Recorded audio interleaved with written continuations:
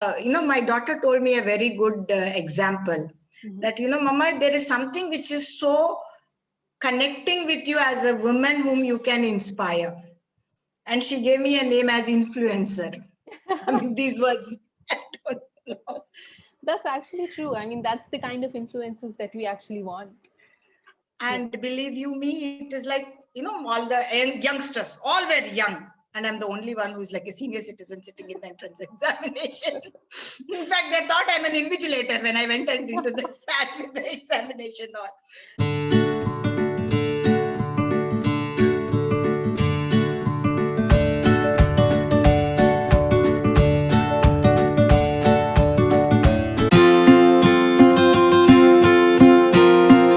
First of all, I would like to formally thank you for saying yes to this and coming on this show. It really means a lot to me. I, of course, came across you through the official Humans of Bombay post, and I thought that you have had an exemplary journey towards education, not because you went ahead and you had your degree, but also because you had that student in you that didn't die. And you didn't listen to the society which says 100 different things about this is the age where you should complete your education, and this is the age you get married, this is the age you have children. And Yes. you have broken from that framework, and that's something that I aspire to do in my life in different ways. I don't want to listen to the society all the time, and examples like you really inspire me to do the same. So thank you so much for coming here. Thank you, Ananya, for having me. Yes, Yeah. yes, for sure. It's my honor. So before we start and before we go ahead with the questions, for our viewers, if you can give a little bit of like a short introduction of yourself. Well, if just call, I'm a simple, down-to-earth human being. And another tag, what everybody calls my students are a Mother Teresa. That because, and on, there is an instant connect of a mother in me. In my staff, on my birthday, they wrote, Dr. Mummy, happy birthday. For the whole office. I'll share that image with you. So as a woman, in a simple introduction, which I wanted to give you is just our amazing, incredible Indian and amazing Andhraite, and proud to be a woman. In simple thing, yes, I'm a simple human being connected with a lot of charitable activities. Something which is very close to my heart is to train the visually impaired and bring them to the mainstream. Understood. Okay. So that's something which is very close to me, and yes, would like to do many other things. So otherwise, a wife, a mother, a daughter-in-law, a sister-in-law, I play all the roles dutifully, yeah. Including as an assistant director reporting to some IAS officers. So I wanted to ask you, you started pursuing your PhD at the age of 48. And you completed it, I think, recently only at the 54, yeah. November 2020. November 2020. Okay, recently you completed your PhD. So when you were going to do your PhD at the age of 48, was there any like society things that people said to you? Like, were there things that society threw at you and said that no, you shouldn't do that, your age of doing PhD is gone, or something of that sort? And how did you deal with that? Number one, this was, age doesn't have, to pursue or to gain knowledge, there is no age limit. So something which I had, I should be grateful to God that there was a support system from my husband and from my in-laws, and of course my daughter was instrumental. So when I decided to embark on this journey, way long back, it was a dream cherished. So, when you get married, Shreya came into the life, and Shreya's education, and then, the domestic friends and living in a joint family. And then, so many other factors, that was always there backloaded. And then when I was about to said, no, Shreya finished at 12th. I said, Shreya, I need to pursue. I said, Mama, now you're free. Now you can go whatever. Then they said, what? PhD at this time? What are you going to do? Already you're working. How does that add to you? Number one, first question is, what? Why do you have to do this at this age? I said, okay, just to have an honorary degree, you're doing so many charitable activities, any organization will give an honorable degree. Have a doctor in front of you, right? There are options. I said, no, I want to embark the journey of knowledge. So there was number one, resistance academically also, that, to write those entrance examinations, That's true. qualify for the UGC net, qualify for the JRF, qualify for the, entrance examination. And then, definitely there were some resistances where we were actually like, how would you endure this journey of academics for a long, it's like, there are so many hurdles. Maybe you have to learn qualitative and quantitative techniques. You have to clear the entrance examination. Then you need to understand what stats are. Then you have to write the examination. Then research methodology. Then data collection. Do you think, is it required? Then that's when I said, no, it's not the requirement or anything. I would like to pursue it on my own. So I said, fine, let me fill up the form.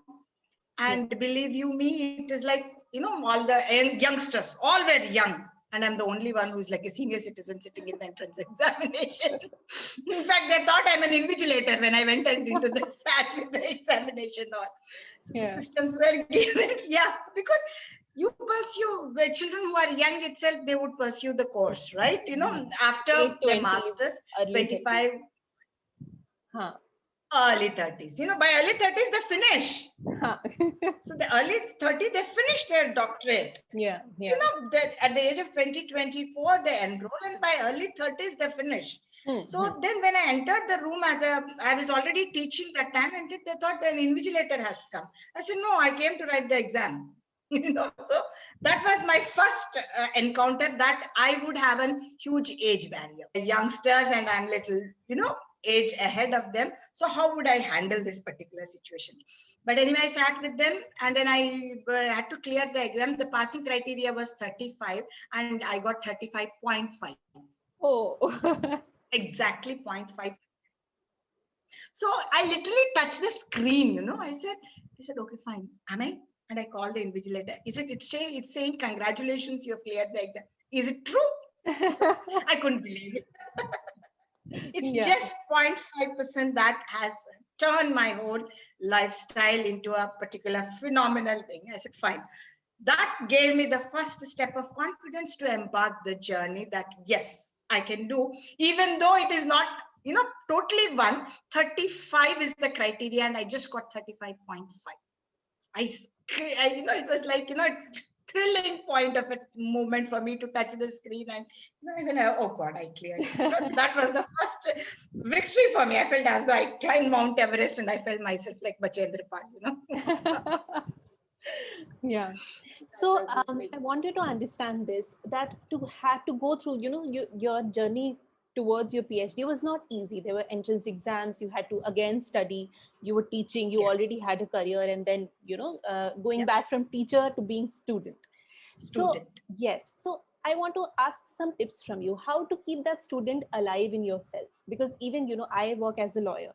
And I finished my LLB. But if I ever want to go to masters, and my father keeps joking with me that you'll never go do your masters, because now you started earning, and now the student will die in you. How to keep that student alive?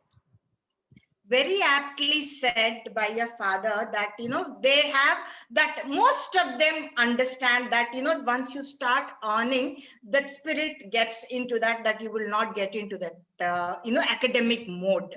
Yeah. Very important thing, very, very essential thing. I kept my student alive because I was constantly with the students. Right. Okay. You're teaching them. I kept the students. That student part of me was quite alive because I was constantly with the children.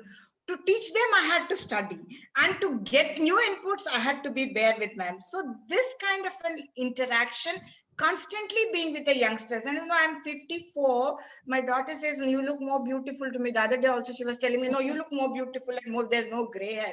I said, Shreya, what should I do then? He said, so this is the inner beauty. I said, I connect with youngsters, so I'm becoming young day by day. It's the inner beauty and the happiness what you are actually trying to project that. And yes, the very absolute way of, keep yourself, give those kind of targets which are little more difficult for you and try to achieve. That small tip, maybe today you have done, 10 push-ups, or, maybe 1500 steps you walked. Tomorrow, make it 1600. Keep pushing. Keep pushing little step. And yes, that is the first step I tell everybody. The best example I would tell my students when they have to give their examination, when my exams are coming, huge syllabus, everything. I said, today, what you do is make a timetable on the board, and I will tell them, today, just touch the books and put them inside. Tomorrow, open the books, put them inside. Third day, see the contents in the book, put it inside. So what happened? I said, do only 3 minutes. And fourth day, what you do, whatever chapters you feel are the thing, just go through for 10 minutes. So what happened? That spirit, the way they actually getting them into the mode. And that to be technology-driven class children. I mean, the new technology-driven and advanced technology children, so much of data and so much of influences. What Shreya was talking about me is a motivational influencing, which I'm trying to do for the people who would like to go back to books. But for other children who are not into that kind of, who think that academics is a big burden. Academics are something which they cannot, go back to it. Ki, Achha, papa ka business run karna hai aur shadi karna hai, iske liye padhai karna hai. Bringing them into the lifetime, I would always tell my tagline, I teach children those who are not interested in learning. So that keeps me motivated. And second important thing, I'm an ardent fan and follower of Sonam Wangchuk. Sri Sonam Wangchuk, I worked with him for Leh Ladakh, also for his Himalayan Institution of Higher Learning. And there I realized he gave admissions to the children who have failed. If he can do it, why can't I?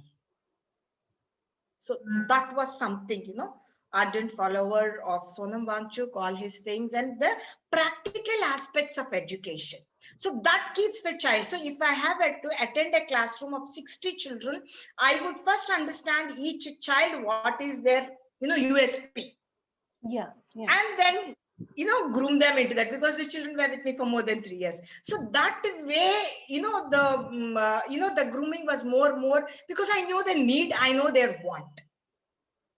I know the need, I know the want. So I would bridge the need and the want. That's true. That's there. So that's where it's actually. Yeah. So basically, being in the background of academics, it actually made the transition easy from being a teacher to being a student. Yes. That's correct. Yeah. Otherwise, when you lose touch with academics, you lose touch with reading big books, or just learning and honing your skills and honing your mind. You find it very difficult to go back to that zone. True. Yeah. Yes. I work as a corporate lawyer, and once we had, funnily, my partner, she took an exam of us. And we had to study for that exam, and it was like 1 year in the career. And I'm like, how to study for an exam? I've forgotten how to study for an exam because I don't work in academics. So it's a funny thing. But yes, what you're saying is true. Okay, so I want to understand from you that how instrumental your daughter has been in your journey. You have spoken about your daughter Shreya, and even in the official Humans of Bombay post, that she is the motivating force behind you starting your journey and your life and your journey with education. So tell us a little bit about that.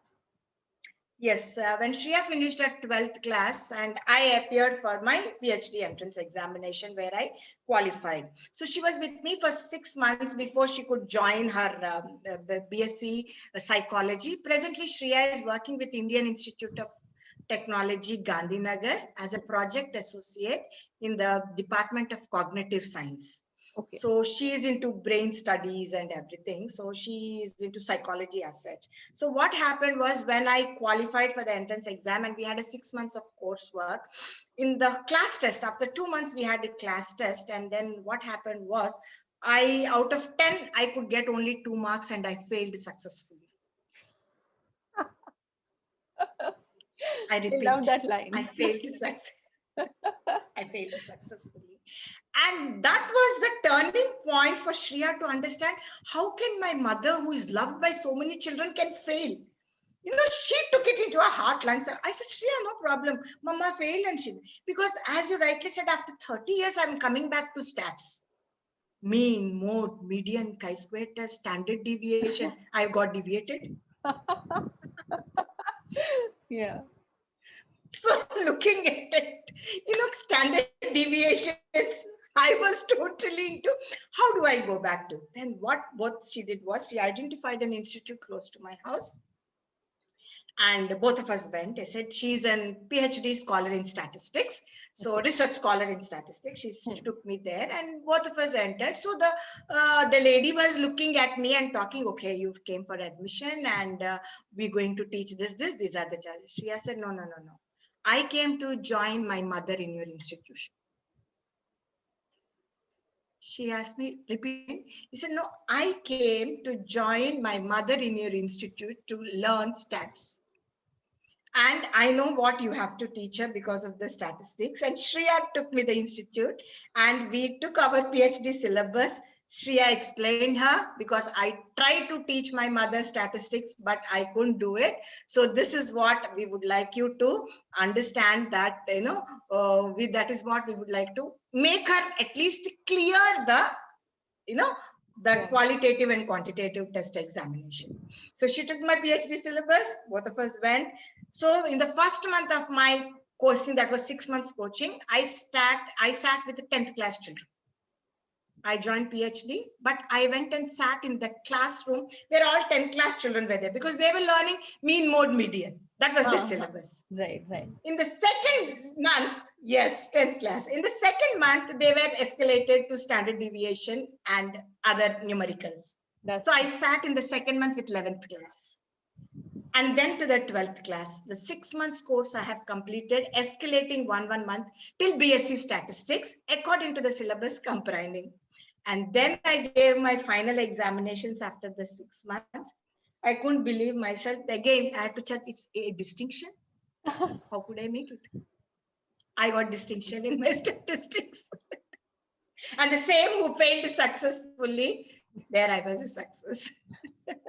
So it's opposite, to see this relationship. So that's what Shreya, yes. Yeah, Shreya was very much instrumental in doing this particular journey. And then later on, the next part of it, after I completed, because she helped me in the research papers, she helped me in compiling my data. She was instrumental because she's a hardcore researcher. Right. So because she was a part of my journey, she developed a flair for research. Wow. So when we walk together, so that's what happened. Yes. And then after I completed, she tweeted, oh, finally she did it at the age of 54. The tweet went viral. I'll share the tweet with you. Yeah. So that's how Humans of Bombay got in touch. Yeah.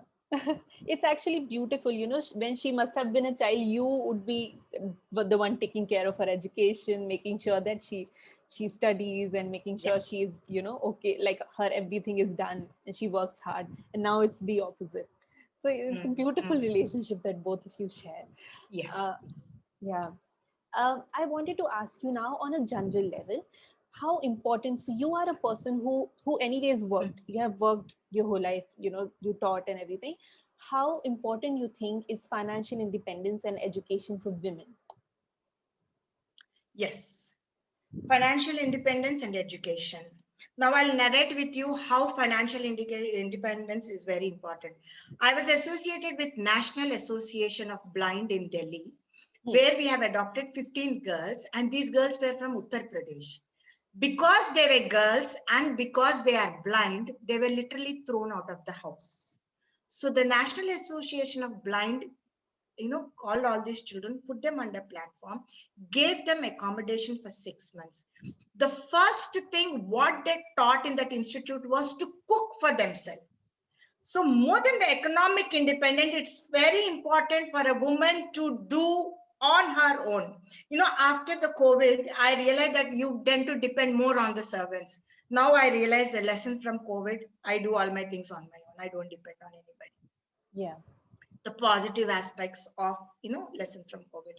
Very important to be on your own, number one. Number two, education actually ignites your mind. And it's very, very important for them, and not the rote system of education, a skill-based education. Education you can actually.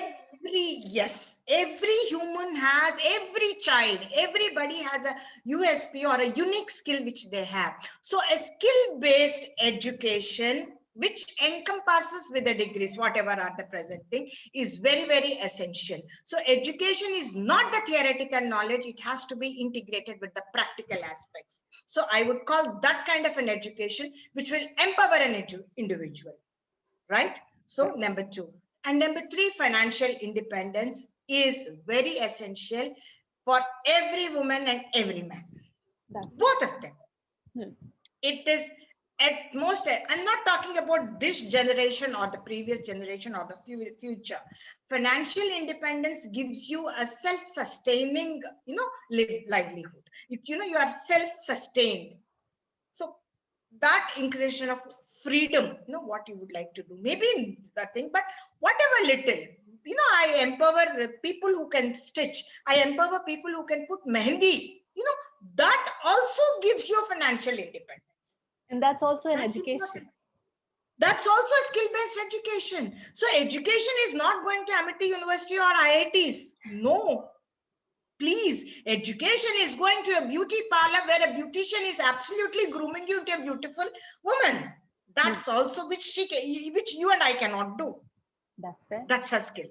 That's her skill. That's it. That's her skill. So understanding that is very important. Thank you so much, ma'am, for coming for this interview and giving us your valuable insight on the topic. I was dying to talk to you since I saw that post.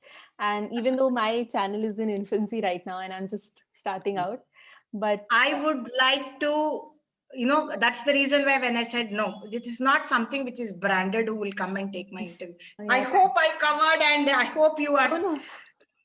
Of course, I think all of those questions, you handle them very well, and the kind of perspective that you have brought to the table, like I don't have that much experience, so I would not have been able to talk about those things in such detail. And you have inspired me, and I hope you have inspired the people who are listening as well. Yes. Thank you. Thank you so much. Thank you. Thank you so much, Ananya, for being with me and for getting in touch with me. Thank you. Thank you so much. God bless.